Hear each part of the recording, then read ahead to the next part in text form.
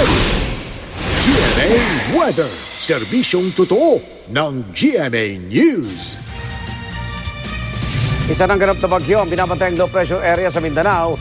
May nakataas na rin public storm warning signal sa ilang lugar. Ang iba pang detalye ay atin sa atin na ating resident meteorologist, si Ginoong Nathaniel Cruz ng GMA Weather. Mantani. Salamat Igan at good morning mga kapuso. Isa na nga pong bagyo yung binabantayang low pressure area dyan sa may silangan ng Mindanao at tinatawag ito ngayon ng Pag-asa na Tropical Depression Kaloy. Namata ng sentro ng bagyo sa layong 360 kilometers dyan sa may silangan ng Davao City at taglay ng bagyong Kaloy. Ang lakas ng hangin umaabot sa 45 kilometers per hour malapit sa gitna at mabagal po itong kumikilos pakanlurang direksyon papalapit ng Mindanao.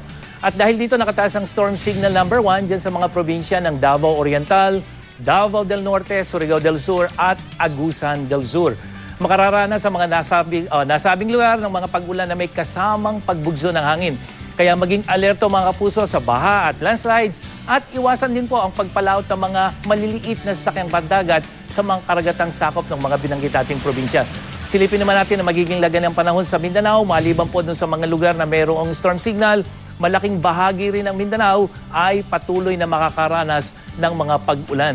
At apektado rin po ng sirkulasyon ng bagyo ang ibang bahagi ng Visayas, lalong-lalo na itong eastern at central sections. At sa ating wind map, makikita po natin yung sirkulasyon ng bagyo na unti-unting gagalaw patungo ngayon sa may Mindanao. At sa susunod na araw po ay nandito na yan sa may Zamboanga Peninsula. At pagdating po ng linggo, maaaring ito ay nasa may Sulusina o dyan sa may bahagi ng Palawan bago tuluyang lumabas ang ating Philippine Area of Responsibility. So ito yung ating forecast wind kung hindi magbabago yung galaw at direksyon nitong binabantay nating bagyo. At mga kapuso, kung binabagyo po ang Visayas at Mindanao, mainit pa rin ang magiging panahon.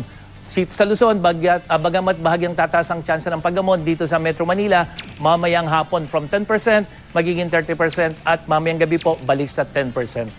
At sa ibang bahagi po naman ng Luzon, patuloy na magkakaroon ng magandang lagay ng panahon maliban dito sa may eastern section. At yan ang latest mula sa GMA Weather. Ako po si Nathaniel Cruz, magplano para sigurado. I am ready. Serbisyong totoo ng GMA News.